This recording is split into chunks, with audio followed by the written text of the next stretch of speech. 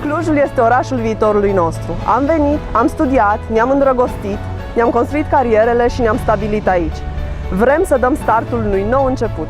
Suntem alături de oameni tineri, entuziaști, energici, care știu ce e bine pentru Cluj.